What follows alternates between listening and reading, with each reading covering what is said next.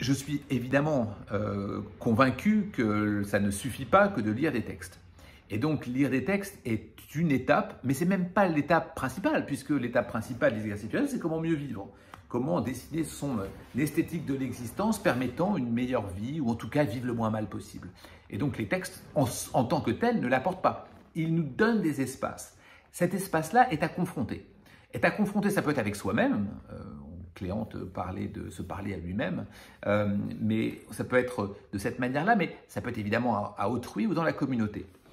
On peut regretter qu'aujourd'hui, il y ait très peu de communautés dans lesquelles nous pouvons aborder ces dimensions-là.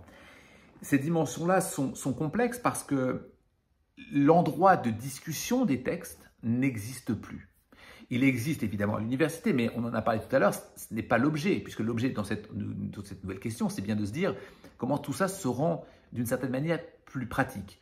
Eh bien, aujourd'hui, vous avez quelques rares communautés qui peuvent exister encore, celle que je cite souvent pour la porter un peu dans mon cœur, pour l'avoir rencontrée à de nombreuses reprises. C'est celle d'Auroville en Inde, dans laquelle vous avez une communauté qui existe, qui se cherche toujours d'ailleurs sur comment imaginer une vie meilleure tous ensemble au sein d'une communauté.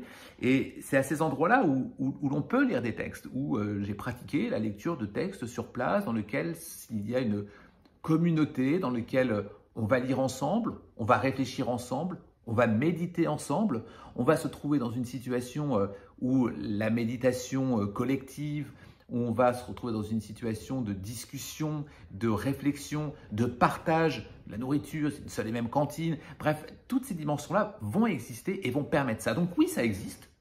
Oui, c'est aussi très rare. Donc il en existe. Il en a existé d'autres, mais ce n'est pas forcément ce que l'on arrive à trouver. Il y a plusieurs domaines, par exemple, où les cercles de réflexion existent encore. Je pense à la franc-maçonnerie, par exemple, qui cherche à réfléchir, parfois sur des textes, parfois sur des symboles, et tout ça dans une communauté, par exemple. C'est, semble-t-il, assez proche de ce que l'on pourrait voir dans les communautés philosophiques préalables.